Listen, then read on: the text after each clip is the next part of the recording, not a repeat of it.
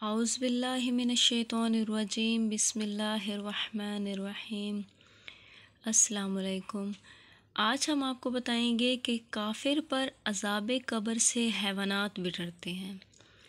حضرت جابر بن عبداللہ انصاری حضرت رسول خدا سے نقل کرتے ہیں کہ آپ نے فرمایا، اعلان نبوت سے پہلے میں اونٹ اور بھیڑ بکریاں چراتا تھا۔ ہر پیغمبر نے غلہ بانی کا پیشہ ضرور اپنایا ہے۔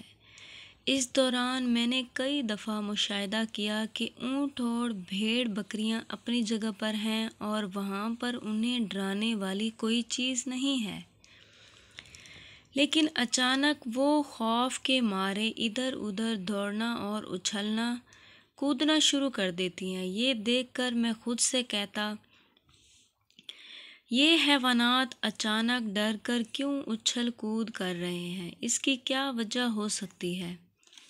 پھر جب اعلان نبوت ہوا تو اس بارے میں حضرت جبرائیل نے مجھ سے یوں کہا کہ جب کوئی کافر مرتا ہے تو اسے ایک ایسا زوردار گرز مارا جاتا ہے کہ انسان اور جنات کے سوا خدا کی تمام مخلوقات ڈر جاتی ہیں۔ یہ سن کر رسول خدا نے فرمایا، پس تو حیوانات کا اچانک یوں ڈر جانا کافر کو پڑنے والے گرز کی وجہ سے ہے۔ فَنَعُوذُ بِاللَّهِ مِنْ عَذَابِ الْقَبْرِ، پس ہم قبر کے عذاب سے اللہ کی پناہ چاہتے ہیں۔